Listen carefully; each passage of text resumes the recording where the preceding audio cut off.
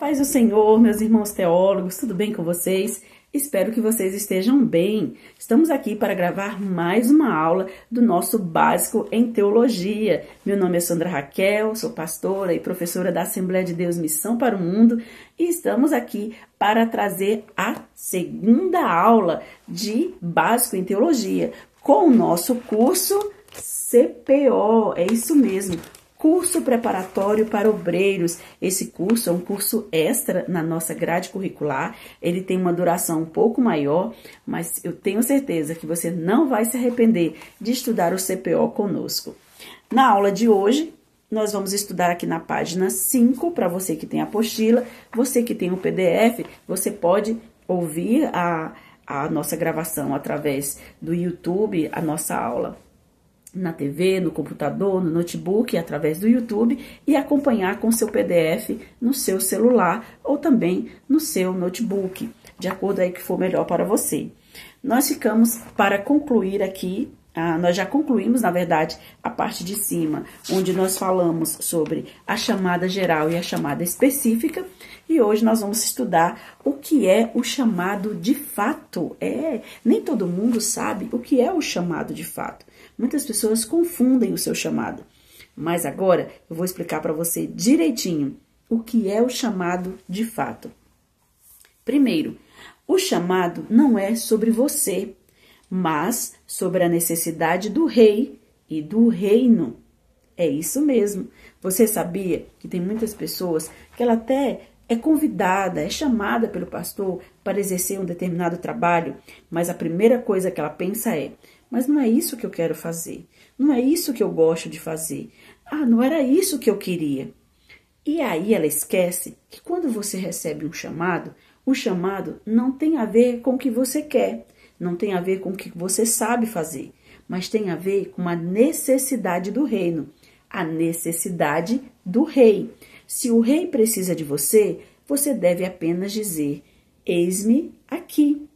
Os grandes servos de Deus da Bíblia, como Maria, a mãe de Jesus, como Isaías, o grande profeta messiânico, ambos, quando houve um chamado, não importava para o que era, se eles estavam preparados ou não, se era o que eles queriam ou não. Eles apenas disseram: eis-me aqui. Então, o chamado não é sobre você, mas sobre a necessidade do rei e a necessidade do reino. O que você quer fazer na obra, ou o que você sabe fazer, não é o mais importante, e sim o que o rei e o reino precisam. Então, quando você receber um chamado do seu pastor, da sua pastora, do seu líder, para que você ajude em algo, para que você coopere em algo, para que você exerça uma função, não seja aquele tipo de crente que fica: mas não era isso que eu queria, não é disso que eu gosto, não é isso que eu sei fazer. Acredite, não tem a ver com você, tem a ver com o reino e com o rei. E o mesmo que o chamou, o capacitará. Diga apenas: eis-me aqui, Senhor. O chamado não é sobre conquistar coisas novas, mas dominar aquilo que já lhe foi dado, ou seja, o seu talento. Existem pessoas que ela já está exercendo um cargo, ela já possui o domínio de um lugar, de uma função, de um departamento. E ela fica o tempo todo almejando o departamento do outro. O tempo todo sonhando com o cargo do outro, com a função do outro. E eu quero que você entenda que o chamado de fato não é você estar sempre galgando cargos, conquistando novos territórios, conquistando coisas novas. Mas o chamado de fato é você dominar aquilo que já lhe foi dado. Por quê? Se eu estou exercendo uma função na igreja, mas eu estou preocupado com a função do outro, porque era nela que eu queria estar, na verdade eu estou aqui, mas eu estou querendo abraçar aquele outro, já com a que eu tenho, mas ainda quero do outro. Sabe o que vai acontecer? Você não vai fazer bem o que você está fazendo. É aquela pessoa que é 1001 utilidades, mas que ela não faz bem nenhuma das suas utilidades. A proposta aqui o chamado de fato, é quando eu já estou exercendo aquela função, eu me dedicar nela, eu me tornar especialista nela, eu dominar aquilo que é a minha função. O meu talento, aquilo que eu estou exercendo já, eu fazer o melhor que eu posso. Ah, mas eu estou achando que até o meu melhor que eu posso tá meia boca. Então vai estudar, vai se capacitar. Eu contei para os alunos na aula presencial que eu comecei a fazer teologia porque eu já dava aula de escola dominical. E quando eu fui ler a revista, eu percebi que muitas coisas que estavam ali eu não conseguia compreender. Eram muito difíceis para mim, porque eu não tinha estudo. Eu já estava exercendo o cargo de professora de escola dominical para adultos e a lição estava muito difícil, porque eu não tinha estudo suficiente para acompanhar aquela lição. Então eu falei, gente, isso está errado. Eu não posso continuar dando aula dessa forma. O que eu tenho que fazer? Entregar o meu cargo? Não. Eu tenho que me capacitar para que eu dê uma excelente aula de escola dominical. E foi o que eu fiz. Eu fui estudar teologia e eu estudava na segunda, no domingo que eu ia dar aula, eu estava cheia de conhecimento, cheia de novidades, cheia de coisas boas para acrescentar aos meus alunos. E eu me enriquecia e enriquecia eles, porque eu estava aprendendo coisas novas. Minha mente foi ativada para o conhecimento e agora tudo me interessava. E daquela professora de escola dominical com dificuldade para dar uma lição da revista, eu me tornei uma professora de teologia com graduação e pós-graduação em Novo Testamento. Então, para você ver como você dominar o que já está nas suas mãos é importante. Não ficar de olho no outro, porque não era isso que eu queria fazer, então eu vou fazer de qualquer jeito até eu chegar no cargo que eu quero. Não faça isso. Se o que você está fazendo, você sente que você não está bem, não entregue, melhore, se capacite, domine, faça o melhor que você pode. E Deus, que é fiel, Ele diz, se você for fiel no pouco, Ele te coloca no muito. É a regra, essa é a regra básica que o Senhor coloca na sua palavra. E o último ponto que fala sobre o que é o chamado de fato é: se você é líder de um departamento da igreja, seja qual for o seu talento, faça-o com dedicação. Faça-o com dedicação, com zelo, tendo domínio do trabalho para o qual o Senhor lhe chamou, estudando e se capacitando. Essa é a conclusão do segundo. Eu falei que era o terceiro, mas não é. A conclusão do segundo. Esse que eu falei, que o chamado não é para conquistar coisas novas, mas dominar aquilo que já lhe foi dado, ou seja, o seu talento. Aí a conclusão desse é: se você é líder de um departamento da igreja, seja qual for o seu talento, faça-o com dedicação, com zelo, tendo domínio do trabalho para o qual o Senhor lhe chamou, estudando e se capacitando. É o resumo disso que eu acabei de explicar. Agora sim, vem o terceiro. O chamado não é para você mandar ou dominar os outros, mas para dominar a si mesmo. Você sabe, e eu vou ler aqui a conclusão, que quando nós trabalhamos com igreja, quando nós trabalhamos com departamentos, quando nós trabalhamos na obra de Deus, nós vamos trabalhar com pessoas, seres humanos. E seres humanos são falhos, seres humanos, cada um tem a sua personalidade, cada um tem a sua cultura, seu modo de ser. Nós temos que aprender a lidar com as pessoas para exercermos o nosso chamado de forma bem feita, de forma segura. Por isso que o chamado não é para mandar ou dominar os outros. Existem algumas pessoas que ela pensa assim: bom, agora eu sou líder deste departamento, então se prepare, porque agora é tudo do meu jeito. Agora não quero saber de ninguém vindo aqui dar opinião não, porque ou é do meu jeito ou não é de jeito nenhum. E começa a gritar com as pessoas, dar ordens, mandar, exigir, coagir as pessoas a fazer as coisas forçadamente. Eu não quero saber se você pode ou não pode. Eu não quero saber se você tem ou não tem. Eu quero saber que o que eu estou mandando tem que ser obedecido. Agora já não estamos mais num canteiro de obras da Igreja do Senhor Jesus. Estamos agora num quartel-general.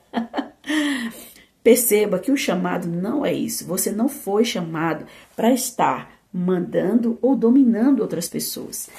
Pelo contrário, o chamado, de fato, é para você dominar a você mesmo. É para você dominar o seu próprio temperamento. A temperança é um dos frutos do Espírito Santo. O seu chamado é exercido junto de pessoas, lidando com pessoas. E para isso é necessário ter amor, paciência, equilíbrio e muito domínio próprio. É isso mesmo. Cada um de nós possuímos um temperamento. Segundo a psicologia, existem 4 temperamentos, que é o colérico, fleumático, melancólico e sanguíneo. Cada um de nós possui um pouquinho de cada um deles, mas existe um que é predominante. Existe até um teste de temperamento que algumas pessoas fazem. Eu acredito que se você pesquisar na internet para fazer teste de temperamento, você vai descobrir qual é o seu. Eu tenho um que eu vou levar para a sala de aula, mas se você, que é meu aluno online, puder pesquisar aí na internet alguns testes de temperamento para você descobrir qual é o seu, eu tenho certeza que você vai encontrar. Nesses testes de temperamentos, geralmente, ele diz qual é a profissão melhor para o seu temperamento, qual é, por exemplo, os pontos fortes e os pontos fracos do seu temperamento. Tem alguns testes de temperamentos, por exemplo, que mostram quais eram os temperamentos dos personagens bíblicos. E é muito legal, é muito bom você descobrir qual é o seu temperamento, porque você vai aprender a lidar com você mesmo. Você sabia que tem pessoas que elas são muito difíceis de você lidar com ela, conviver com ela. E muitas vezes ela mesma não sabe conviver com ela, porque ela não consegue compreender por que ela faz aquelas coisas, por que ela é daquele jeito, por que ela não pensa antes de falar, por que ela reage daquela forma. É o seu temperamento. Quando você conhece seu temperamento, fica muito melhor para você dominar. E nós temos um reforço para nos ajudar com relação a isso, que é o Espírito Santo. A Bíblia diz que o Espírito Santo gera em nós um fruto. Esse fruto possui alguns gomos. É como se fosse uma laranja, uma mexerica, que você retira os gomos. O fruto do Espírito é o amor. E o amor que é gerado dentro de nós pelo Espírito Santo, que habita em nós, estou falando de crente, não estou falando de pessoas do mundo, não estou falando de pessoas que são um pé na igreja, outro pé no mundo, estou falando de gente crente. Crente que tem o Espírito Santo, é gerado dentro dele um fruto. Esse fruto se chama amor. E o amor possui gomos. Cada um desses gomos, alegria, paz, benignidade, bondade, fé, mansidão e temperança. A temperança é o domínio próprio. É quando eu reconheço quem eu sou e digo, opa, calma, fica aí vontade de devolver na mesma moeda, fica aí vontade de gritar, fica aí, eu te domino, vontade de fazer o que não deve fazer. O nosso temperamento é uma graça, porque nós estamos falando com nós mesmos e disciplinando a nós mesmos. E por que fazemos isso? Por causa do amor. O amor que devemos ter às outras pessoas. Você é líder de um departamento, trate os seus liderados com carinho, com respeito, com atenção. Não seja aquele tipo de pessoa que sai batendo nos outros. Você gostaria de viver apanhando? Nenhum de nós gostaria de viver apanhando. Então não faça isso.